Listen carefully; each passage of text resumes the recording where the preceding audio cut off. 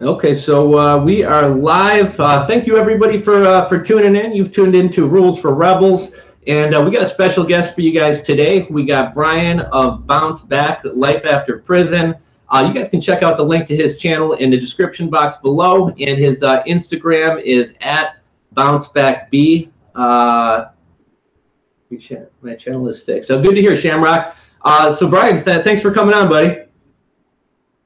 Hey, it's a pleasure for having me on. Thanks to you and all of your subscribers, and I'm looking forward to a great show today. So yeah, so I had initially discovered Brian and his channel through Big Herc's channel, Fresh Out, Life After the Penitentiary. Really interesting prison channel, and prison channels are kind of a really hot niche. But I loved his story. You did that interview with Big Herc, that 3-part series, and it was a few times that YouTube actually had me like hanging on the edge of my seat waiting for the next one, like an episode of Sopranos or something like that. So I really enjoyed that. Yeah, it was pretty cool, man. That was a big, huge part of starting my channel. Going on Big Herc's channel, that was like that definitely kickstarted my channel, and the experience has been nothing but awesome. So I thought it'd be interesting to have him on. He's fascinating life story, and I also linked to his interview in the description box below. Really fascinating story. So after you watch this, definitely give that a try, and also check out his channel as well. But his YouTube channel is growing really quickly, and it's relatively new. What, 6-7 months old? You know, I think that I started about 8 months ago, and don't ever hold me to like time frames, months, days, because to kind of get off topic here, doing my time, which was 11 years, I tried not to pay attention to what day it was, what date it was. I just tried to do my time and focus on what was in front of me. So that's kind of translated over into my life now, that a lot of times I get lost on the dates or exact time frames. But I want to say it's been about 8 months that I started my channel. Yeah, so I've seen your channel's growing quickly. You're in a hot niche. I really like what you're doing, and I think you got a great presence on camera and everything. And I've noticed a lot of people in my audience are really kind of interested in getting either blogs started, creating content in some form, starting YouTube channels. So I thought it'd be fun to have you on to talk about your channel and kind of what you found worked and hasn't worked, and just kind of the learning curve of doing all that. And one of the things I really enjoyed about your story was the selling phones on eBay from prison. So you got a little bit of entrepreneurial spirit as well. So I thought that might be fun to chat about a bit, and crypto and then whatever else these guys want to talk about as well. Yeah, for sure, man. I enjoy just talking about it. And so for the whole YouTube channel, it's been a monumental learning curve that I feel like I'm still at the base of the whole learning curve. And it's something that's constantly evolving, so they're constantly making changes.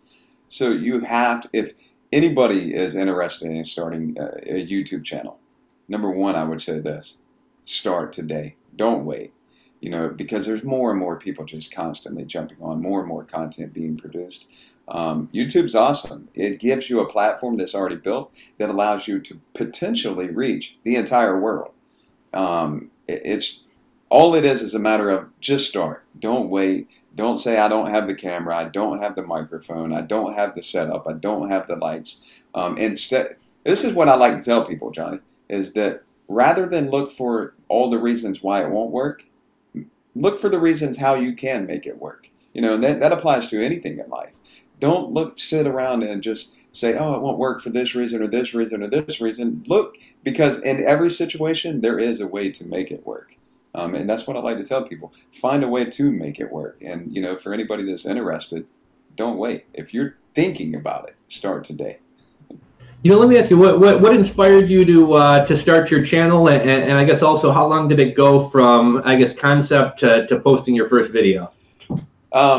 So to counter on what I just said, I waited, and now it's. I don't sit around with regret. You know, my life story. If I sat around with regret, I'd probably be dead just from living a life full of regret. So I've learned not to sit around with regret. I just learn from my mistakes, and I sat on my thoughts, and I didn't start when I should have. But what prompted me to actually start was I got into email marketing, and I was actually having lunch with a gentleman over here. I live in San Diego, and him and I met. He lives up in Oceanside, like an hour north of me. We met for lunch. First time we had ever met. We had only communicated online. Guy's a very successful online marketer, and we were talking, and I started to tell this guy about my story, about my past, and he's like looking at me like, "Wait, what? What are you? What are you telling me?" I mean, this guy had no idea because I had not put out my story, on an open platform for everybody to know, and he was just blown away by it. And at the end of our having lunch, he was just like, "Man, you need to write a book, or you need to get your story out there. This is crazy. It's definitely a unique story." And then he started talking about YouTube, and I was like, I've wanted to go on there. I've thought about it, but I never did. He's like, man, don't think about it, do it. And then he directed me to Big Herc's channel, which is Fresh Out Life After the Penitentiary. And when he told me about him, Big Herc had around 200,000 subscribers at the time. He's a little over 300,000 now. And I was like, wow, that's huge, 200,000 subscribers. But the thing was, I was like, that's crazy, because I always thought if I did a YouTube channel, I would call it Fresh Out. So I was like, oh, this man's already, he got my name. That's what I wanted to name my channel. But nevertheless, I was like, hey, whatever. We come up with a new name, but this is cool. And I started looking, and there was guys out there telling their story. And I was like, man, I got to get my story out there. Now, you know what? That's I'm sure we can't do it justice just in a couple minute lead up. But for anybody who doesn't know, you want to share kind of a quick kind of Cliff Notes edition of your story. And I definitely would encourage everybody to go over and watch the interview. It's fascinating, awesome story. Like you said, could make a book or a movie. But you want to kind of recap it for everybody real quick? You mean my story? Yeah, just kind of in a couple bullet points. What brought you here?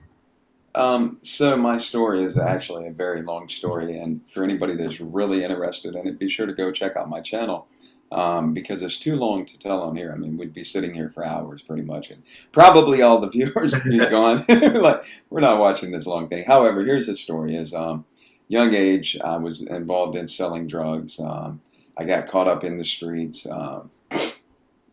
Pardon me for a second.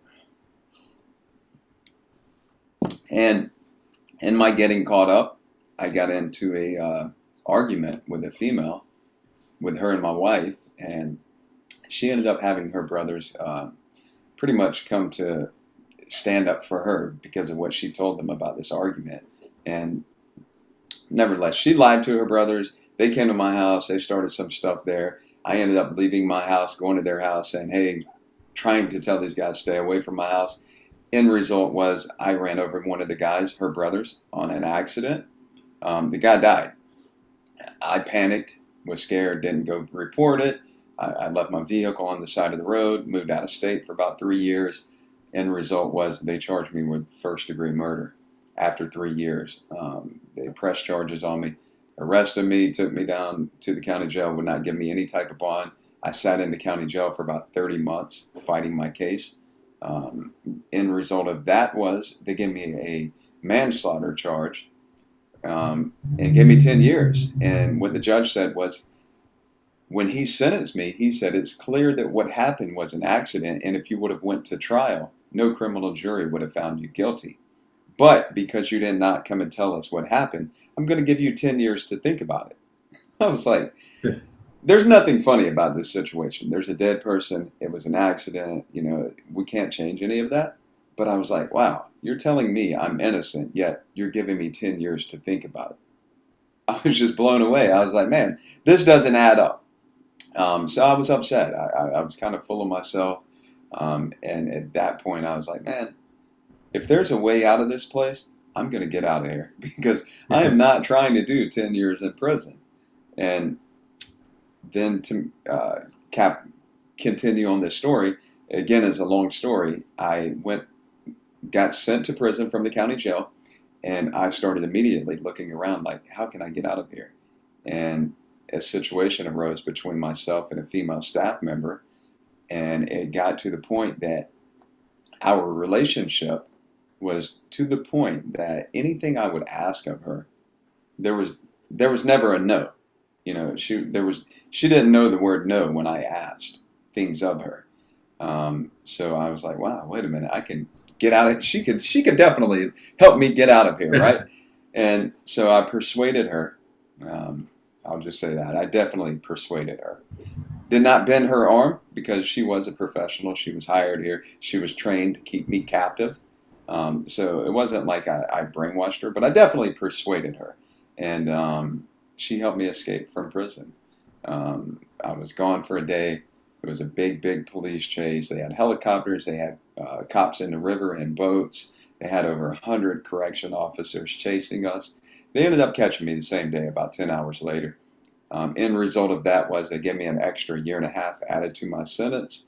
So rather than do 8.5 years on a 10-year sentence, which is what I was originally sentenced to, I ended up doing 11 years total. And I came home in July of 2014, and started my life over from that point. It all started with some Popeyes biscuits, right? No, they were actually Hardee's Oh, biscuits. Hardee's biscuits. That's what it was. Yeah, the whole thing was this lady was paying attention to me, like trying to talk to me, make small talk, and I just totally kept blowing her off. I was like, I don't want. I did not want to get caught up in it because these relationships that were happening between prisoners, inmates, convicts, whatever you want to call them, between them and female staff were always ending up badly. I mean, guys were getting beaten. There's been guys that have gotten killed over it. And I was like, I'm not ever going to let this happen to me. So she was pursuing this relationship, and I just kept pushing back, pushing back. And the more that I pushed back, the more that it made her like, huh, I gotta get this guy, right? And the day that the light bulb turned on, she gave me some Hardee's biscuits. And I was just like, you know what? I did not even ask her for these biscuits. Yet she just gave them to me, knowing full well that this could potentially cost her her job 100%. As something as small as food is considered contraband in prison. And she just gave it to me without asking. So with that, I was like, what can I get if I do ask? And it was it was pretty much on from there. You know, I was watching one of your videos the other day, and I had kind of an interesting question, just kind of in terms of, you know, how choices in life can take you in such different directions. And I know you were planning on, was it going to Ecuador or Peru or something like that? Some country without extradition? Yeah, the plan was the grand plan for the escape. You know, just looking back at it, I can only laugh because it was really an idiotic plan. I have no idea what I was really thinking, except I was just thinking about myself. I didn't really care about anything else at that point. And so we had access to the internet, which was, I had a wireless internet card snuck into the prison at the time. So we had access to the internet, and we started researching which countries do not extradite back to America. And we came up with like 20 something countries that actually do not extradite. And there's actually a treaty that America has other countries sign. It's called a Rome Treaty. And when you look that up, you can come up with all the countries that have not signed the Rome Treaty. And Guatemala was, at that time, the closest country that I could get to without having to go overseas.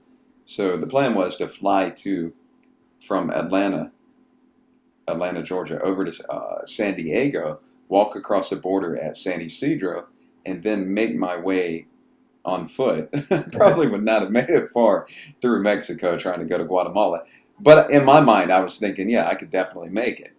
So that was the plan, to go to Guatemala. You ever look back and kind of, you know, in some way are thankful that you were caught, or think about how different your life had been had you actually made it all the way there? And I mean, at that point, you're pretty much stuck forever, right? Yeah, 100%. I've replayed this countless times. I can't even begin to tell you a number.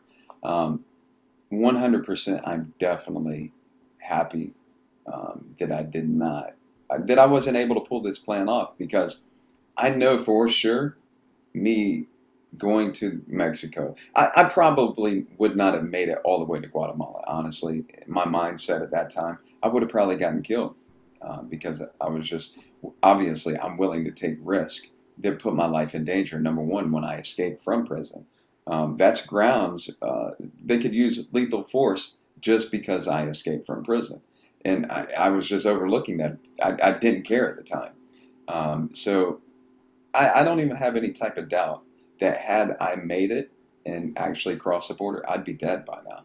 So I'm definitely grateful that they captured me. I'm definitely 100%. And then to actually talk more about that, I have a daughter. I have a big family, but I have one child, a daughter. She's 25 now. And one of the things that really hit home for me was, I didn't get to see any of my family for 4 years after the escape. They took my visitation away 100%. But I was able to communicate through letters, and then eventually I actually got a cell phone in prison. Um, so I was talking to my daughter, and she was like, "Dad, if you would have made it, I would have never had nothing to do with you." And I was like, "What do you mean?" My plan was I was going to be in Guatemala. I was running like selling phones and stuff I was buying out of China on eBay at the time. So I was like, I would have some money. It doesn't cost much to live there. I would be able to buy her a plane ticket so she could come and see me. And she was like, "Forget it. I would have never came and seen you." So yeah, without a doubt, I'm definitely glad I did not make it. And then all of that kind of leads into your YouTube channel, because it's kind of sharing a lot of these stories from prison as well as just kind of from the streets as well. But also there's kind of how would you describe your channel? I was going to say it's kind of a prison channel slash personal development channel, because I noticed in every one of your videos you kind of make sure to share the message. I'm sure I'm going to butcher your catchphrase, but no matter what happens in life, you can always bounce back. Yeah, in a nutshell, that is it. And so my story of going to prison, it's a different story from day one because there's a dead person involved. Granted, it was an accident, there's a dead person, and that is not typical of people going to prison. I mean, murders happen, deaths happen, accidents happen, but most of the guys that are in prison are for some type of drug-related offense. So right from day one, it makes my story unique. And then you take the fact that they never pressed charges on me for 3 years. I was living out of state. There's just so many factors that make my story unique. And then the fact that I went to prison, we were buying and selling phones from China on eBay, which, I mean, for people to be able to do that on the street is difficult enough, but to be able to do that from prison. And then we actually, my bunkie, he started a underground pirate radio station from inside the prison, and we had that playing for about a year. He's also the guy that helped me do the whole eBay thing. And then we were actually working on a website called Inmates Gone Wild. So just all of the things that happened that I was into in prison. And then the fact that I had a correctional officer bring me a uniform and help me escape from prison. And then the countless things that she did for me prior to that. Just, it completely makes my story unique. It's nothing whatsoever to brag about, but it's a story that I feel like sharing with the world. A lot of people are able to look at it and say, "Wow, this man has made a lot of mistakes. I don't want to make those type of mistakes." So number one for me making the YouTube channel is that I want to be able to share my story. And I actually, before I even learned about YouTube while I was in prison, I was like, if I could come home and share my story, share my experiences with mainly, I was, at the time, my mindset was, if I could share it with other young kids that are growing up the same way that I grew up and prevent them from taking the path in life that I took, then all's well. To me, it's like, that's the biggest success that I could possibly have. And then I learned about YouTube and with the potential to reach the world. And just, I'm still learning. I'm still trying to improve. And that's something that is constant, that never goes away, learning and improvements. But already starting out, I've had so many comments and emails and messages of people saying, "Man, you truly inspired me. Man, you've helped me. Just listening to my videos." So my message is that no matter what you have been through, because I know for most people, we all go through trials. We all go through setbacks. We all go through pain, suffering, difficulties, right? And that's just a natural part of life. But I know that my trials, my setbacks have been well beyond measure. They're not normal. And if I could keep my sanity through all of that, if I could keep my happiness, if I could keep my positivity and my motivation and my drive to just live my absolute best life, if I can bounce back from the depths almost basically just the end. I mean, during that day that I escaped, if they would have caught me in the woods, I for sure would have been dead. Then I almost drowned in the river while I was escaping. So if I could turn all of that around and actually live a decent life, then my message to people is that if I could do it and I can bounce back, then you can too.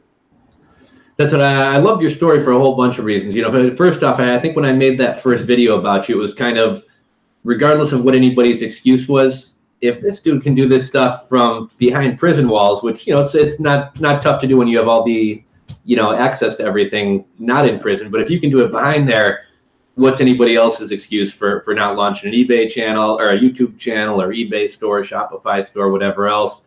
And then, you know, I'd love to see you share. I know we've chatted a little bit privately, and you've shared a little bit about the entrepreneurship stuff. And I don't know if you've noticed this with people that you've been around, but it seems to me like a lot of people who get into entrepreneurship are maybe wired a little bit differently, whether it be more spontaneous, more risk-taking activity and things like that. But I know I got into my fair share of stuff when I was a kid, and a lot of other entrepreneurs I know, you know, kind of have a past. And I think, you know, finding a way to direct that to more positive activities could be a really good thing for young people and really everybody.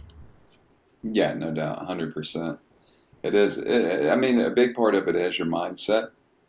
But definitely, you know, for somebody that, and typically what I've run across is the entrepreneurial type of person definitely thinks different, looks at things differently. A lot of times they're a lot more optimistic, probably even overly optimistic about life in general and about just their ability to get things accomplished.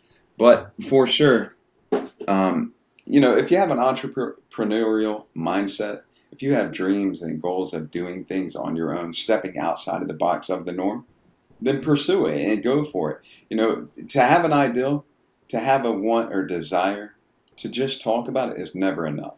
If you want to do something, if you want to accomplish something, if you want more out of life, it's there. It's always there. The opportunities are boundless, especially, you know, again, I know YouTube reaches around the world, but for the people that are living in America, the opportunity is endless. It's infinite. And actually, with the internet, I mean, opportunity, no matter where you're at, is infinite. But it requires, you cannot be afraid of failure. You cannot be afraid of somebody telling you no, or that's not a good idea. You have to be of the mindset that, you know what, I can make it, I can accomplish it, I can do this if I want, and if I pursue it and I take action. Because again, like I said, just thinking about it, just talking about it, and not taking action is never enough. You know what? Excuse me. Oh, where was I going here? Oh, in regards to, so if you woke up tomorrow and kind of everything you expected out of YouTube or everything that you could hope out of YouTube kind of panned out, what would that look like for you? I mean, a book deal, knowing that you help people out, kind of spurring it into a business of some sort. Kind of what's your end goal?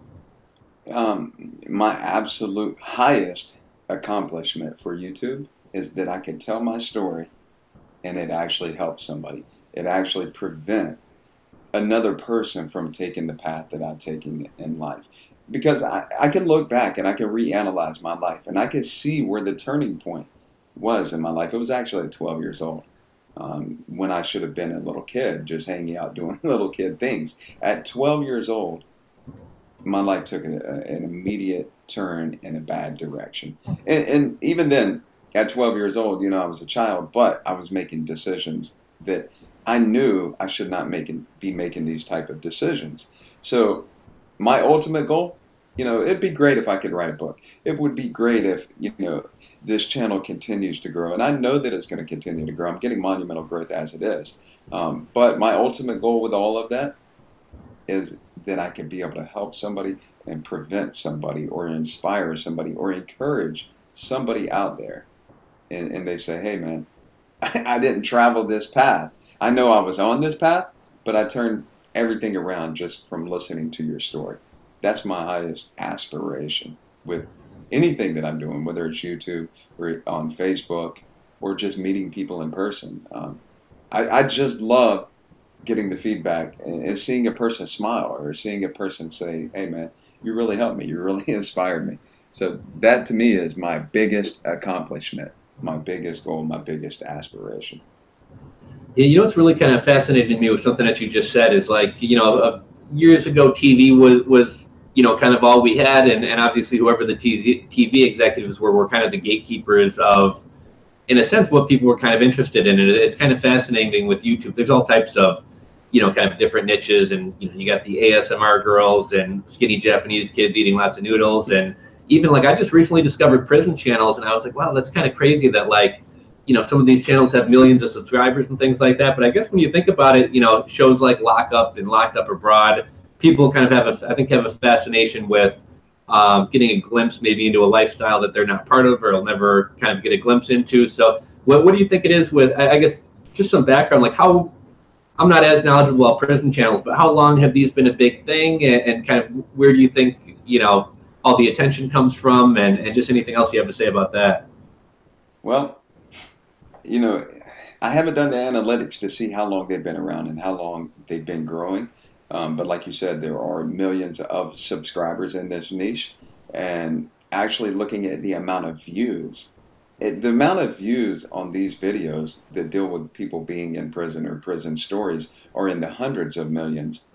I doubt it's to the billion point yet, but it's definitely, there's a lot of interest there. There's a lot of people watching. And what I like to relate it to is that it's kind of actually sad because there's a TV show that still comes on, and everybody that's watching, I'm sure, knows of it. It's called Jerry Springer. Jerry Springer has been on since I was a kid, and it still comes on TV today. And every episode, I never watch it, but I know what it is. Every episode is showcasing people's misery, people's hurt, people's suffering. It's just people coming on there airing out all the bad stuff in life. And for whatever reason, people are attracted to other people's failures and their misery or their setbacks. It captures people's attention. And so with the prison niche, and I can say this because this is my niche on YouTube, if this is your niche, you're coming on YouTube and telling the world, potentially the world, about your failures, about your mistakes, about your past, that, there's nothing to be proud about it. There's nothing, you've not accomplished anything by going to prison. However, and that is a major, major failure. Just the day that they sentence you and say, hey, you're going to prison. That's a major failure. Now, people can go to prison and turn their thinking around. They could turn their life around. They could try to seek improvement in every aspect of who they are. So, in that, you could consider that a success. But the bottom line is that people are just attracted to people's failure and people's mistakes, and for whatever reason, that's people are attracted to it. I mean, if you were out in a big group, say you were in New York City, and there was a ton of people out in the city, right?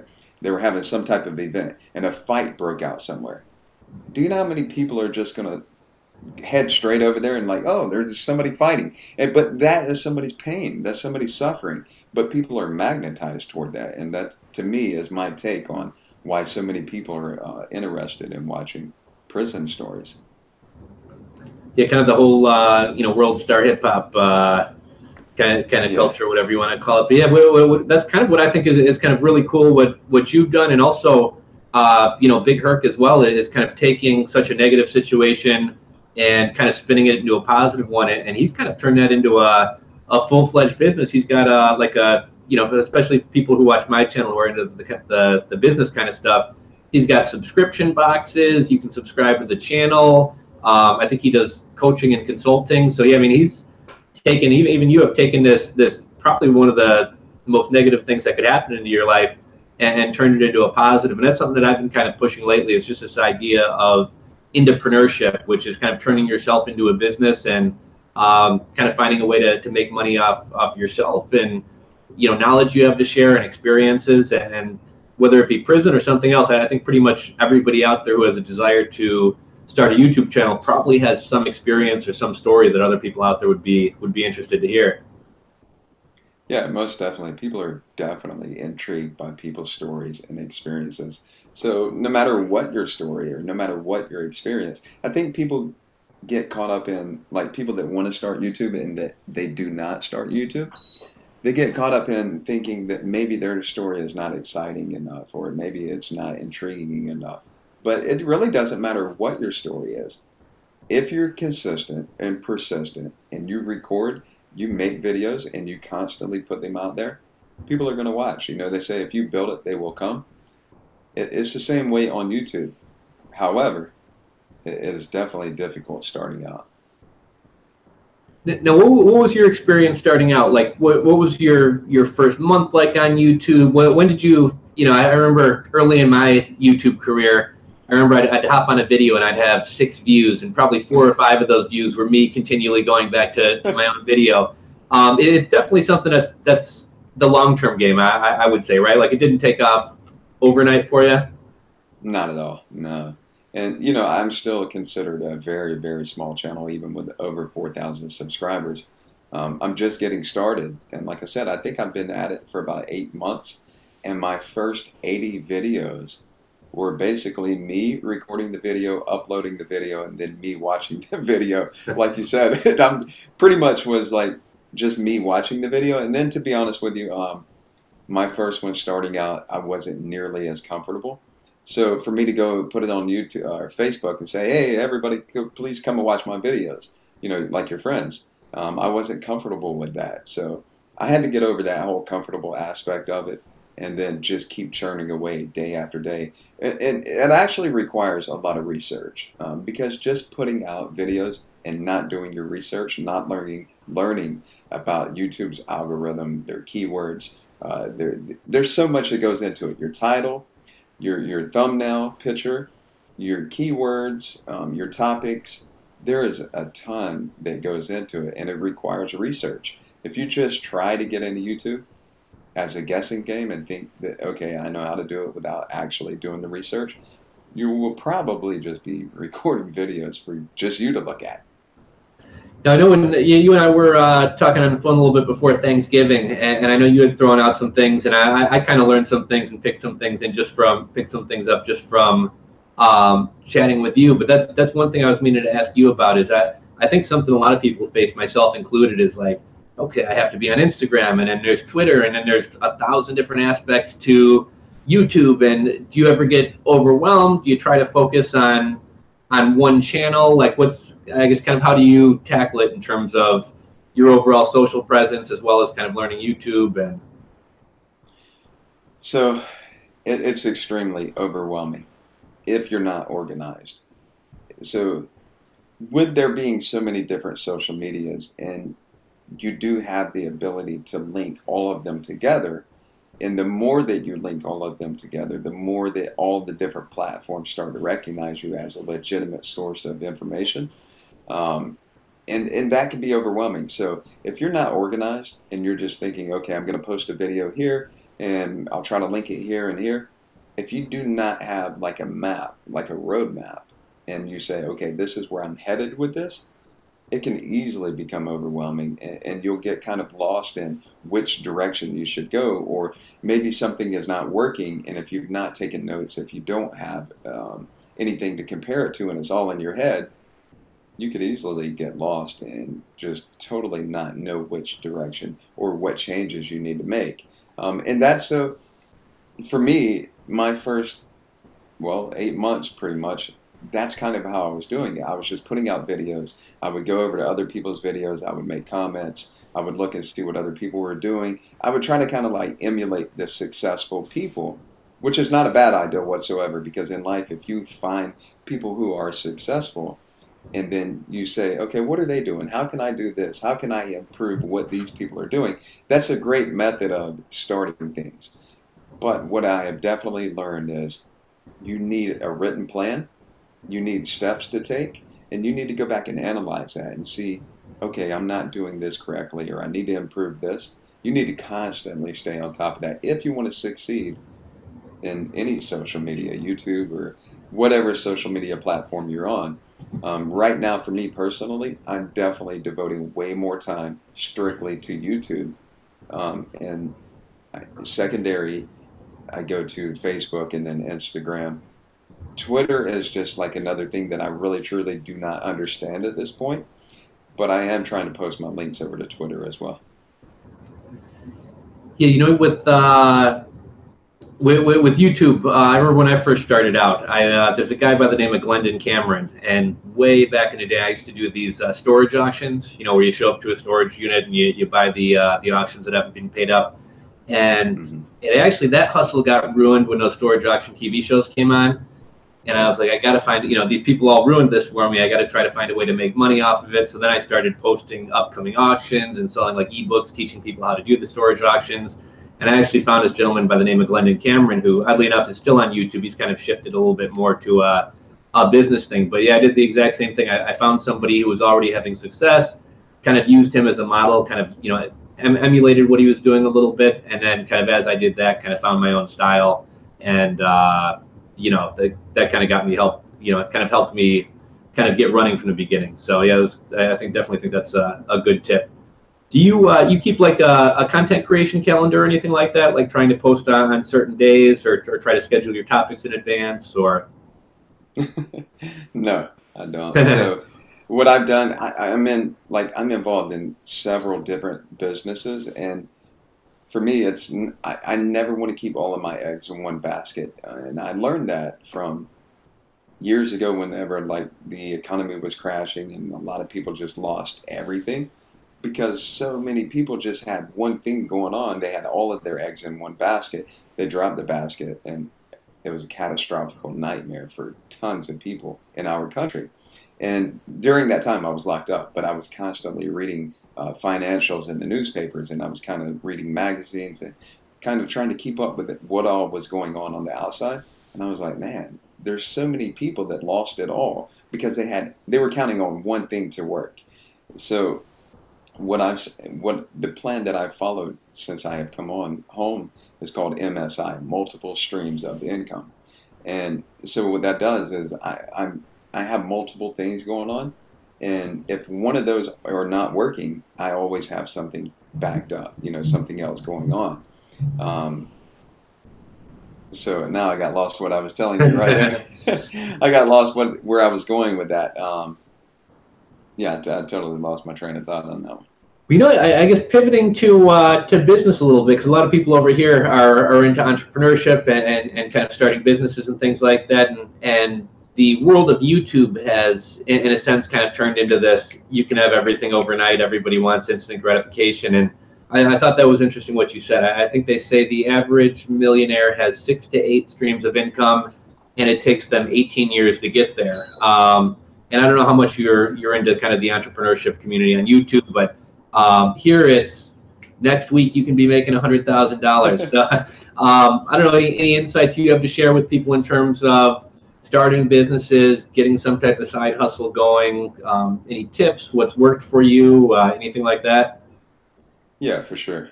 Never listen to what somebody else says. Hey, this is an overnight thing. Get rich, get rich quick schemes. I haven't found one yet that is any type of get rich quick.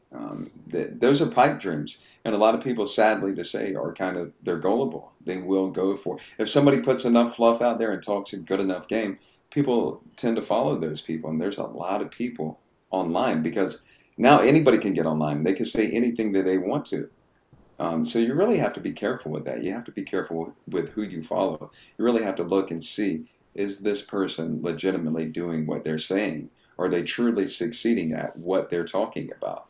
You just really, truly have to be careful with that because there's just so many people out there that are trying to sell their business idea or their hustle.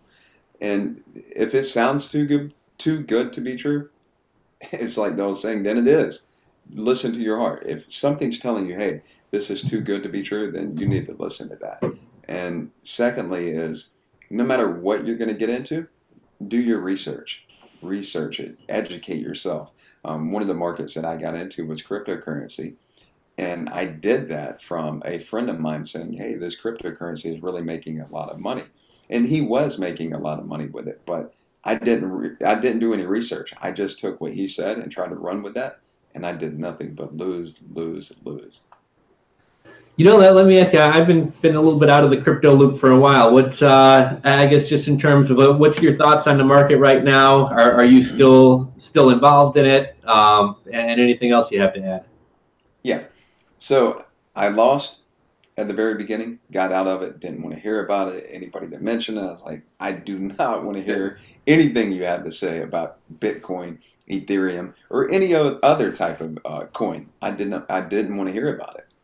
And last year, about this time, actually it was probably about September, Bitcoin started, the whole cryptocurrency started exploding. And the same guy that told me about it originally called me back and he's like, bro, you got to get back in. You have to get in. So I was like, man, I don't know about this. So, but I did some research and I found another guy that I was following online that he was promoting cryptocurrency, but he was promoting it through a platform that actually teaches you everything 100%. So with cryptocurrency, like if you go on YouTube and you want to learn just what is cryptocurrency, there's a ton of people telling you what cryptocurrency is or how to buy it, how to sell it, how to trade it, how to mine it. There's a lot of aspects of the business, right? And the problem is that so many people have different ideas and opinions on how to attack cryptocurrency that you can get led astray because you're trying to put this guy's piece and this guy's piece of the puzzle together, but their pieces do not fit. So this friend of mine that was actually promoting cryptocurrency, I kept watching what he was talking about, and then I did some research on a company that he was involved in that educates you. Number one, they educate you on the foundation of it. What is cryptocurrency? How was it created? They teach you the terminology. And then from there, they teach you all the steps of buying it, the buy and hold method, the buy and trade for micro profit method. They teach you how to stake cryptocurrency. They teach you how to mine cryptocurrency. And they teach you every aspect of it, and it's all on one platform. So when my buddy of mine called me last year saying, hey, you need to get back in, and I had been watching this other guy that was promoting it, I signed up through that company and started educating myself. And once I felt like, okay, now I have an understanding of it, I started buying back in. But my friend also, the guy that told me last year to get back into it, he was like, hey man, there's this trading bot. All you have to do is get some Bitcoin, put it in the bot. It will trade for you on the daily. It trades basically all day long. You don't have to do anything. It's automated and it profits 1 to 2% per day. And you can pull your profits out without any penalty per day. So, I mean, if you know anything about making money, 1% a day, that's 30% per month. That's enormous. So 2% is like 60%. People aren't making that type of money by just investing, letting your money sit somewhere. So I was like, this sounds too good to be true. But the guy that was telling me about it, he had like 200,000 bucks in a bot. And he's telling me all this money he's making like 70,000 a week at some weeks. So I'm like, wow, that's pretty huge. And so I put 1,000 bucks in there. And the whole time I have this little thing nagging me saying it's too good to be true. But I did it anyways. I put 1,000 bucks in there. And it was making 1 to 2%, 1.5% per day. And I could pull the profit out. So I did that for like a week or two. And I was like, this is working. So I started putting more in there. And then I started telling people about it. And the guy, let me back it up for a second. The guy that I was watching promote cryptocurrency, I told him about it. He's like, bro, be careful with them bots. I see people all the time lose their money with them. I'm just giving you a warning. Because I was trying to promote it to him. And he's like, bro, be careful with it. So I kept putting money in there. I'm making money in there. I told people about it. They put their money in there. I opened an account for my mom, for my daughter, for my granddaughter, even for my wife, who doesn't want anything to do with like cryptocurrency, right? So, but she was seeing that I was making money on the daily with this. So she's like, oh, wait a minute. What's going on here? So, yeah, right. So right at about Christmas time last year, everybody's account on this trading bot showed that they had like an exorbitant amount of money. And everybody's kind of like, whoa, what happened? I just got paid all type of money. But what it was, the creator of the bot actually stole everyone's Bitcoin and just made it look like you had a ton of money in your account, but you couldn't withdraw a penny. So they created the bot. They started putting it out there. They let people hear about it. They let people make some money at the beginning. People started pouring, because people start telling everyone, hey, this thing is making money. And they just ran away with everyone's money, and nobody knows who it was.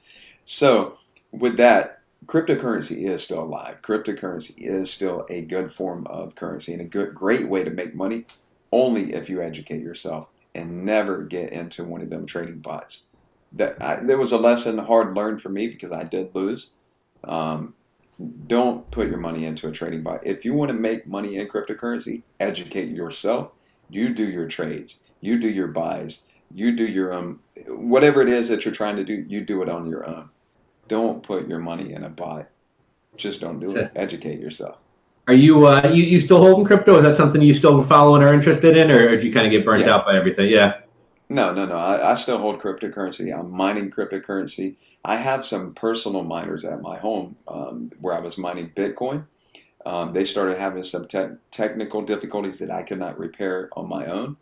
So I've had them shut off for a couple of months now, but I'm mining it so I'm in a pool where everybody pulls their money together, and they mine out of a facility that the company, they actually take care of buying. They source all of the miners. They take care of the electricity. They take care of any type of maintenance. So basically, you just put your money into a pool.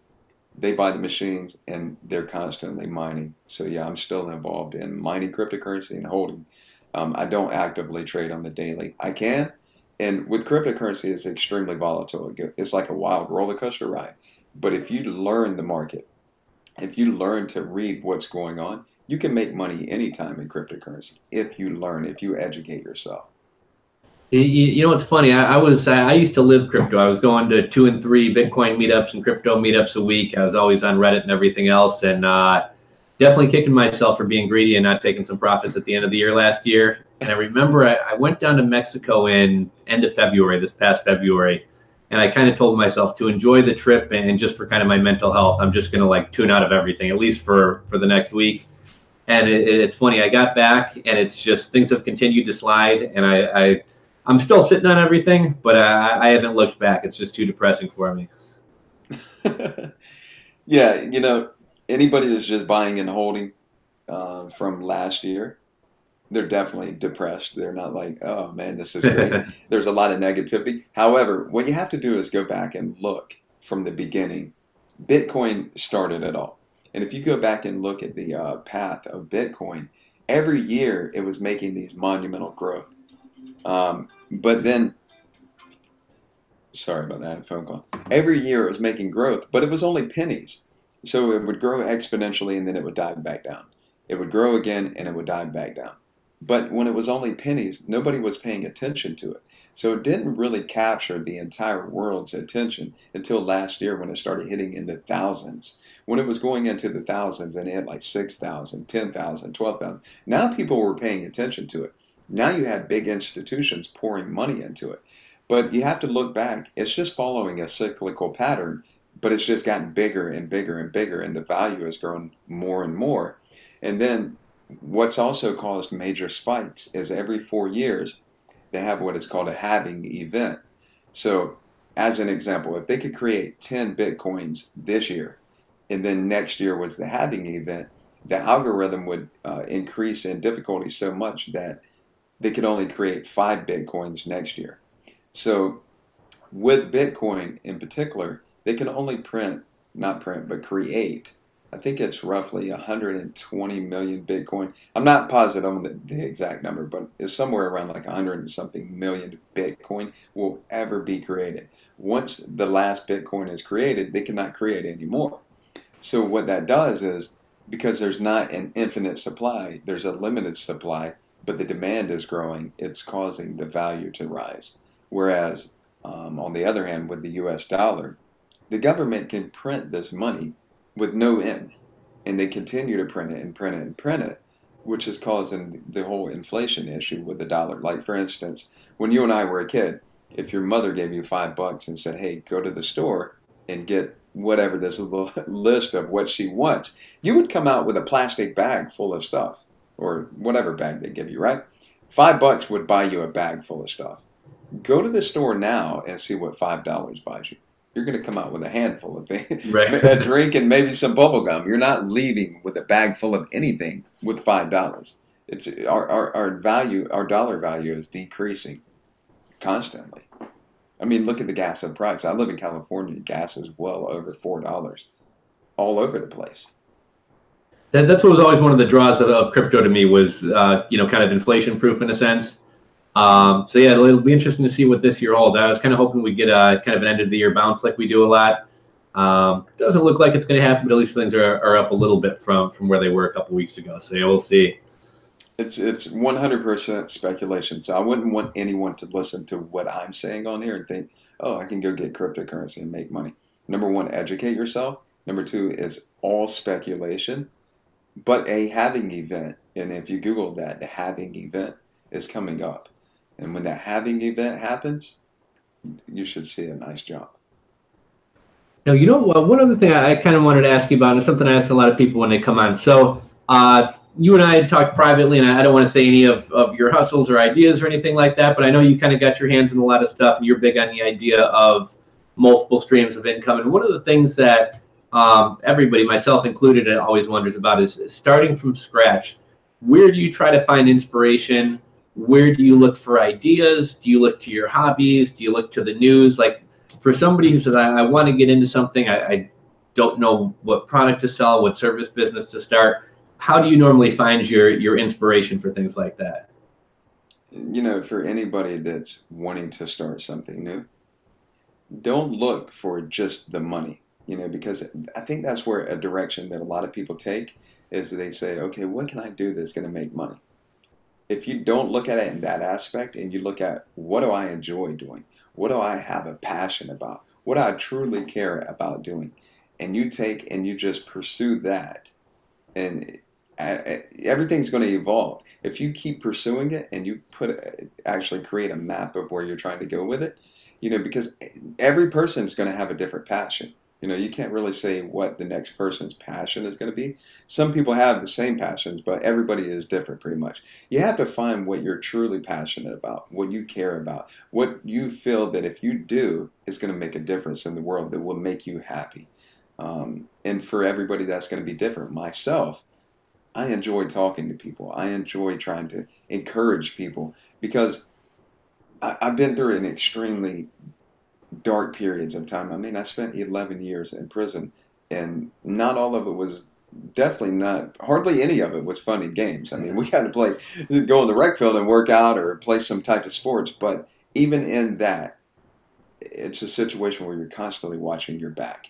You're constantly thinking, oh, who's around me? Or you know, it's a difficult situation, right? But even in that, what I know is that no matter how dark or difficult a situation is, there's always light if you look for it. And for me, I love encouraging people. I love telling people, look, it doesn't matter what you're going through. You can, if you choose, if you use your mind, you can find a brighter side of this situation. So for me, my path is that I want to be able to encourage people and share my story and talk to people and just really inspire people. So for everybody, it's a little bit different. You have to find what you're truly passionate about. Because if you get into something strictly to make money, granted, you may make money in that realm, but you're never going to be happy doing it. And it's going to constantly feel like a job.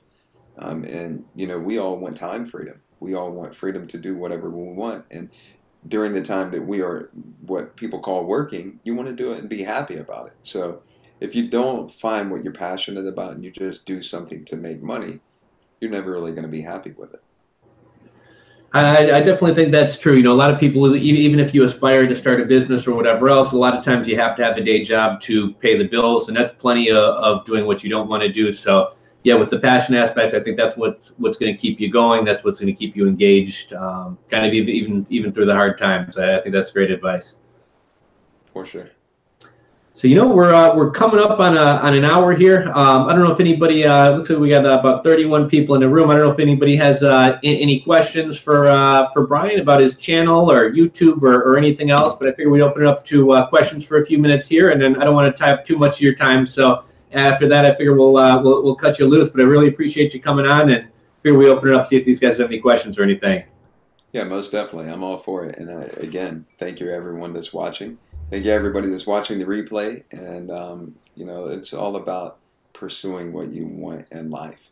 Your happiness, your goals, your dreams and desires. So fire away with the questions. Let's go.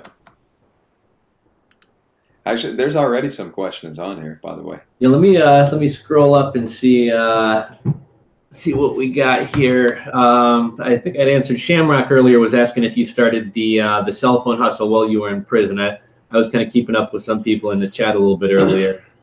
Yeah, so I did see that question in there actually. And Shamrock, to answer your question on that, we did actually start that in prison. And that was actually my bunkie. When I say bunkie, is like the guy that slept above me, right?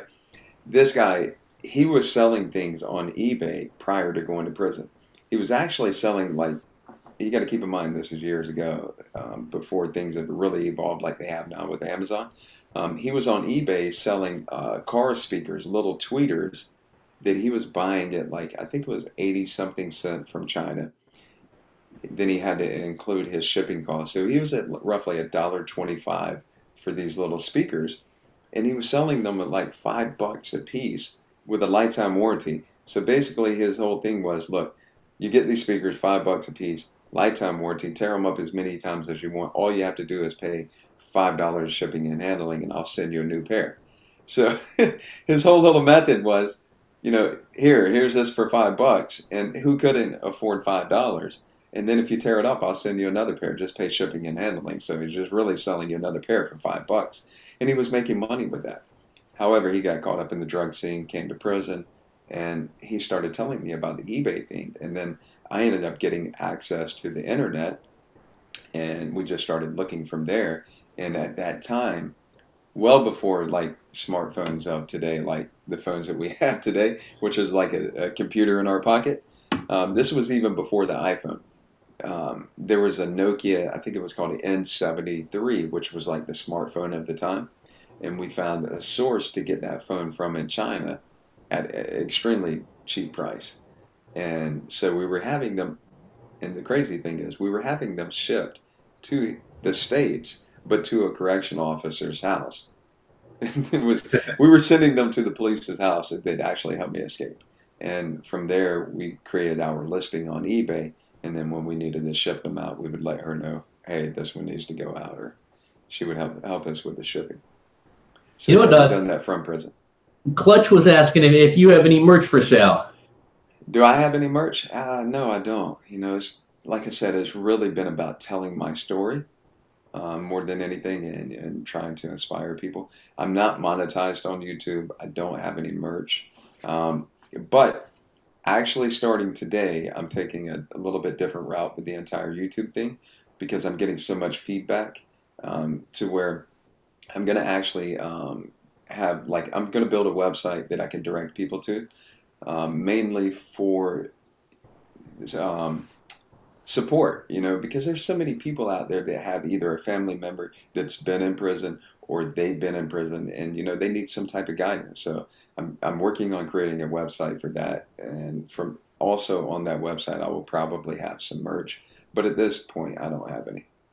Yeah, what I really liked about what you were doing is I see a lot of people who, so YouTube a while back, it used to be you had to have, I don't know, I think it was 1,000 watch hour. The threshold for monetization used to be a lot lower.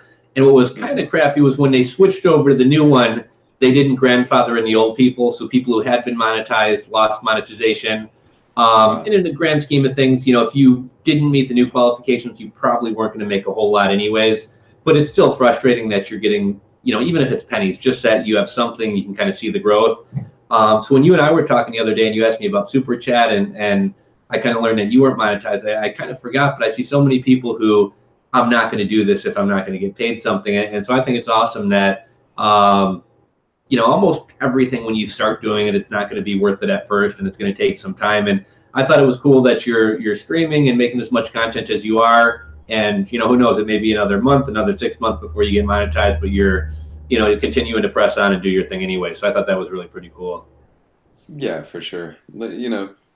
And you'll hear me say it over and over. My biggest goal to succeed with this is just sharing my story in the hopes that I can inspire someone. But for somebody looking to start YouTube, it's definitely, you're not going to make any money at the beginning. However, so you have YouTube monetization, right? So that's when you get over 1,000 subscribers within a year and 4,000 watch hours, they'll put your account under review. It takes like a month or so. I've been under review for over a month. I'm at over 4,000 subscribers. I'm like at 12,000 watch hours. So I'm way past the threshold, but they still have me under review. But even without being monetized in that way, depending on what you're into or what you want to share on YouTube, you have the potential to actually make money on it by creating links. So basically, if you were reviewing products or you were talking about a product and you said, hey, if you're interested in this product, the link is in the description below. And for anybody that clicks on that link, you have the ability to make money. Or maybe you make products. Maybe you make a homemade soap or anything that you could potentially make.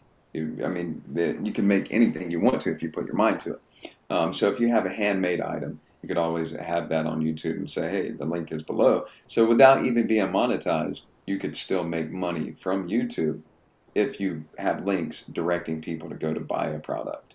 Yeah, and I think that's really important too, both in terms of having multiple income streams and also not being reliant on YouTube ad revenue, which can go up, can go down, can be canceled at any time.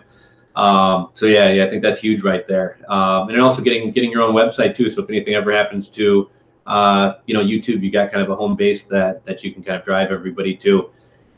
Something you said, I forget what it was, but it kind of spurred. I get a lot of goofy ideas, but I've noticed in terms of the prison thing. You remember that kid who went viral a few years back ago, the Hatchet kid? Man, what was his name? They whoever makes those viral songs made a video about him, but he was hitchhiking with this guy. The guy went goofy and purposely ran down a worker on the side of the road. This kid wound up hatcheting the guy. It wound up turning into like a big viral story. But I thought this was fascinating. Is he's got somebody on the outside. He calls him on a prison phone and does kind of like motivational talks over the prison phone, and then this guy streams it to YouTube. But kind of with your channel and kind of background and stuff, I don't know if it's possible or legal, but maybe giving prisoners some type of outlet to get their content out, whether they write letters and that gets transcribed and put online or something like that. But after kind of stumbling on the prison channel thing, I just thought that could be an interesting business idea potentially. Yeah, no, it most definitely is. Legality of it, it depends. If they are on the prison phone, which at the very beginning lets you know, hey, this is being recorded, and then somebody streams that over to YouTube, I really don't think there's any legality issues. If somebody calls from prison on a cell phone, then the person on that cell phone has the potential to wind up in trouble because in prison there are a ton of cell phones. That's just part of being in prison nowadays. And guys reach out. In fact, on my channel I have friends that are still in prison that I still communicate with, and they have cell phones. And I've had a few on my channel. If you look back through my videos, I've had guys come on live, not on video, but just live phone conversation that I record and put it on here, basically them telling about what's going on in prison, especially in Florida, because the entire prison system in Florida, there's just so much going on. They've had over 500 deaths this year alone, which is like astronomical. I mean, if you look back in the history of deaths in prison in Florida, it's an extremely deadly year. And a lot of that ties back to the drugs that are being brought into prison. And guys are now taking what they call Molly and staying up for 5 or 6 days. They're becoming just totally whacked out of their mind, and they're attacking each other. They're killing each other. And then there's another drug that they're taking called Spice or K2. that people are literally spraying all type of. Somebody was spraying rat poison on it and sending it in, and these guys are smoking it. And so there's just a big drug problem that's going on in Florida, and it's turned the entire system much more violent over the last couple of years. So I've had a couple of friends that have actually came on, and we're talking about what's going on inside the prison system in Florida. And one of the guys was just recently, he was actually attacked by correction officers. And I've known this guy for actually, I knew him for years. I was in prison with him for a while, and I know him really well. This is a quiet guy, extremely respectful, doesn't really get into any type of trouble. He doesn't bother anybody, and he never causes any type of waves where correction officers are after him or trying to get him for any type of reason. And he was just recently beaten. I don't know how bad. I haven't gotten all the details, but I know he was beaten pretty bad. He was maced heavily and then transferred from his current camp where he was at. And when they transferred him, they took him out of the DOC website, so nobody would know where he was at. I don't know the reason for doing that. I guess maybe because until he heals up, or I'm not even sure what's going on with him, but there's just so much going on inside the prison system for sure.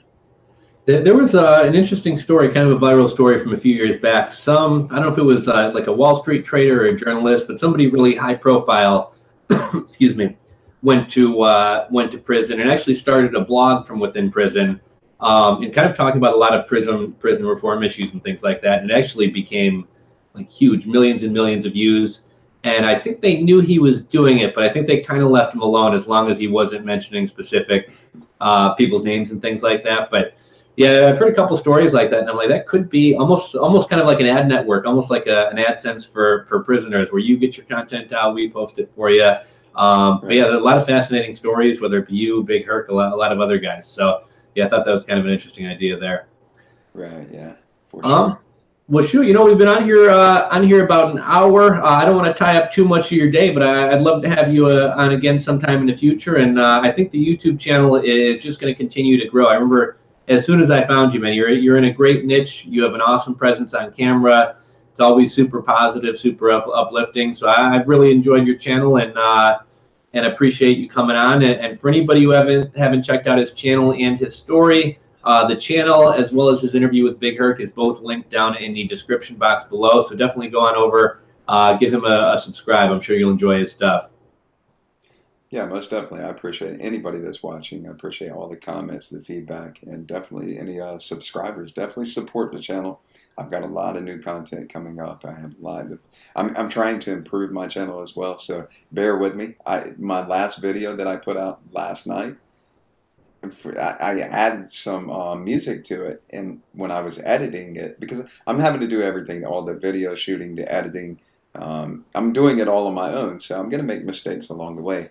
And the music that I was adding to it, right about the 6.5 minute mark, I didn't put the volume down on that clip of music.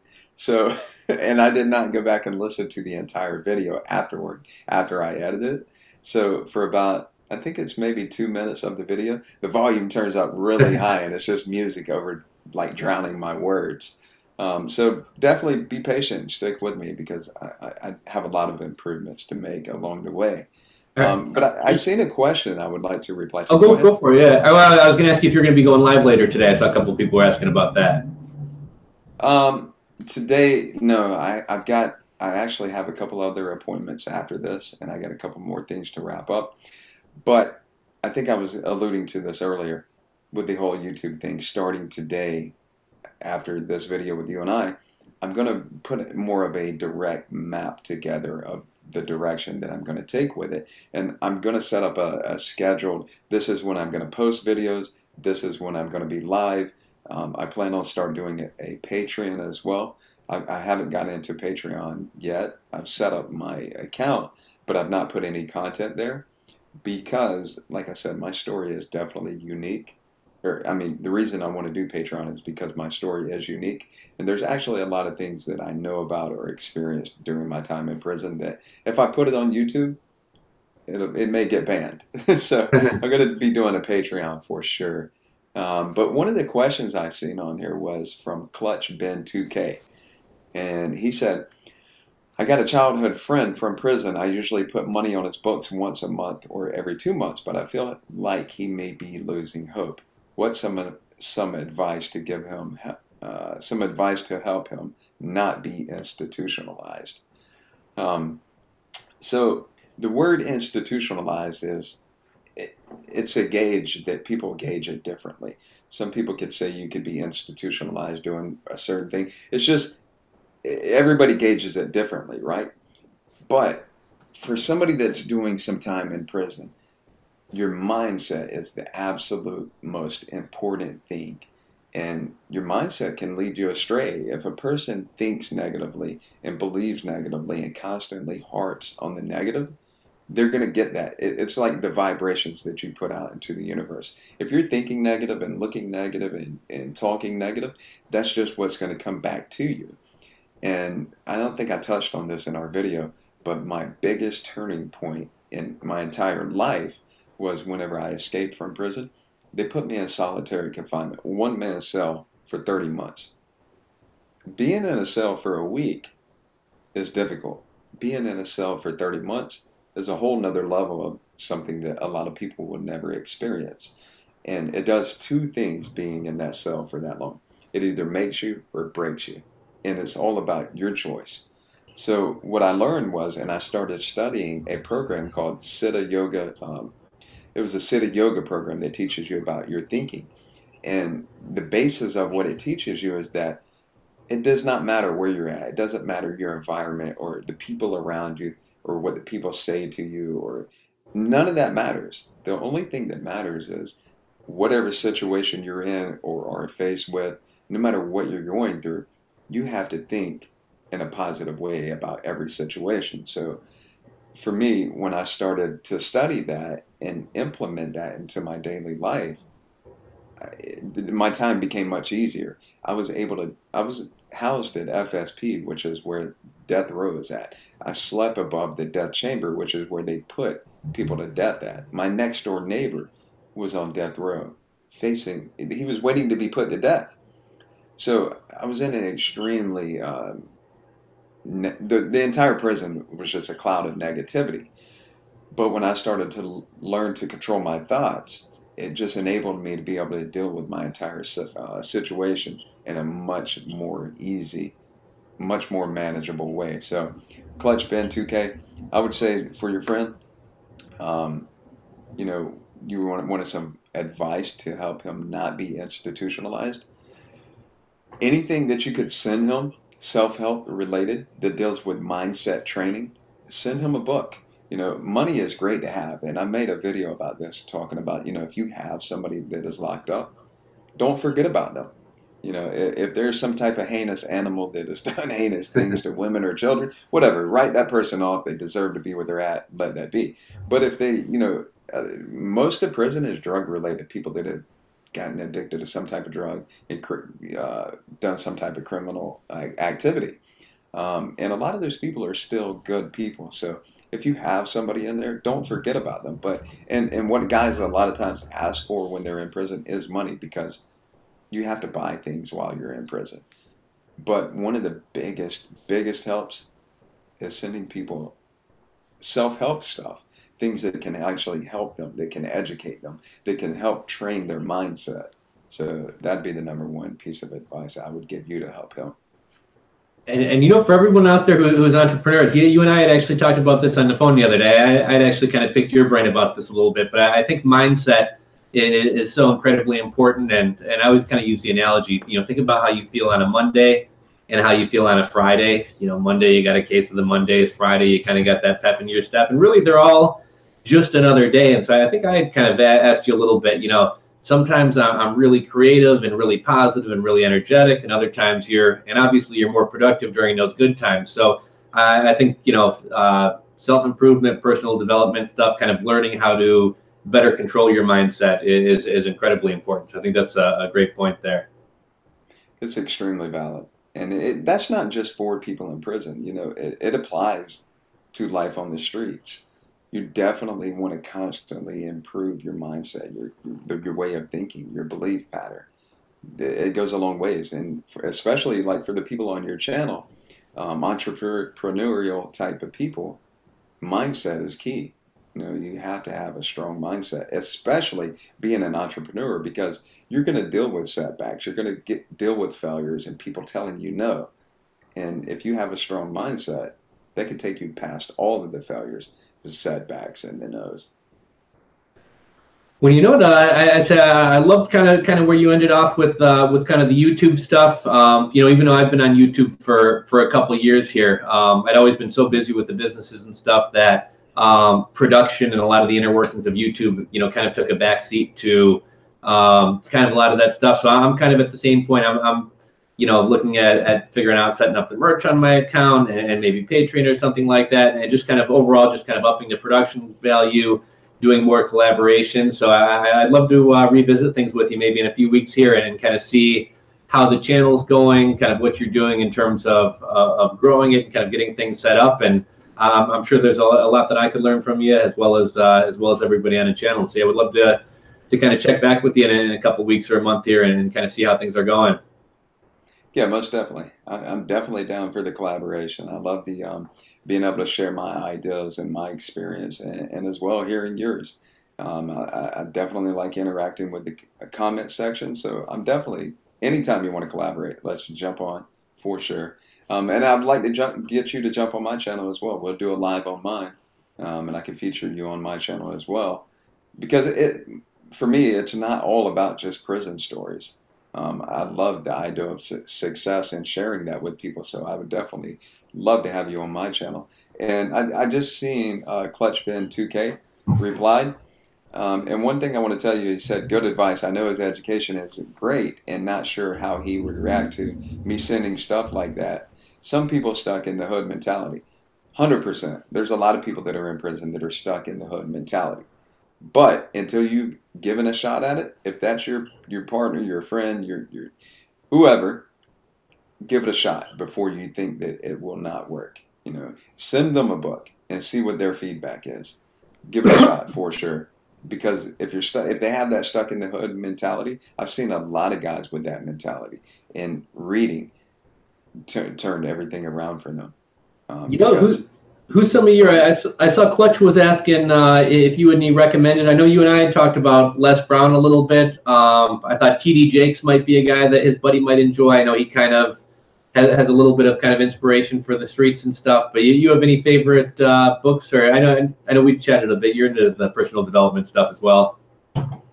Yeah, there's I have a list of books on a couple of my videos, but one of the big ones is, and this is an extremely old book, but it's called How to Win Friends and Influence People. I believe it's Dale Carnegie who wrote that book.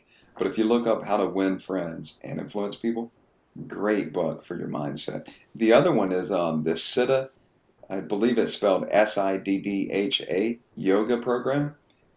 If you could find that online, and it's actually a 12-year course that's free to anyone that's locked up. The person that's locked up has to actually write them and request to start the program. They charge for it for people that are outside of prison, but anybody locked up, they will actually send that to them for free. That course, when I was studying it, was far better than any self-help book that I read. That was an excellent course. Okay, I'm gonna have to look into that myself. That sounds interesting. Yeah, for sure. Okay, guys, so we'll wrap this up. We'll let Brian get going. We'll touch base back with him in a couple weeks. I'm thinking he's going to be over 10,000 by then. I don't know if that's optimistic, but the channel's growing at a rapid pace. So check the description box. His stuff is down there. And I don't know if you want to mention, I know you told me before we went on, you have a collaboration coming up, so you should be having a lot of content. I don't know, is that something you... Yeah, I just did a collaboration a couple of days ago, and we turned it into a 3-part video series, and that's actually with another guy. It's called RDAP Dan is his YouTube channel. I believe it's RDAP Dan or RDAP Dan. And Dan actually went to prison. He went to federal prison, and he was just his whole mindset. He did not know what to expect. He was scared. He just didn't understand how prison was.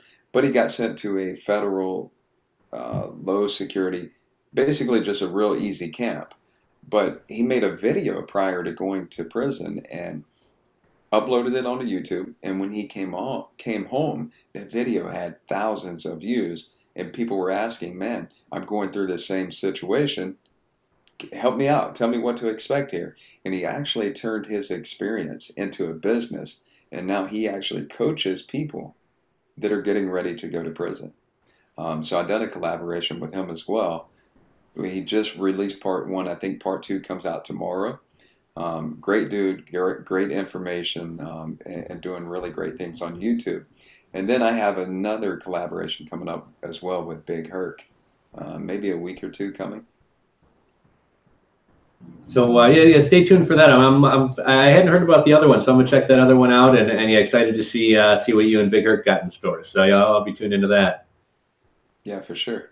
It's been a pleasure having me on, man. I really appreciate it. Thank you for coming on, and everybody who hung with us here. I appreciate everybody tuning in, dropping the questions, and kind of engaging with us. So we'll do it again sometime soon. And thanks again, buddy, for coming on. Yeah, for sure. Thank you. Later, guys. Take care.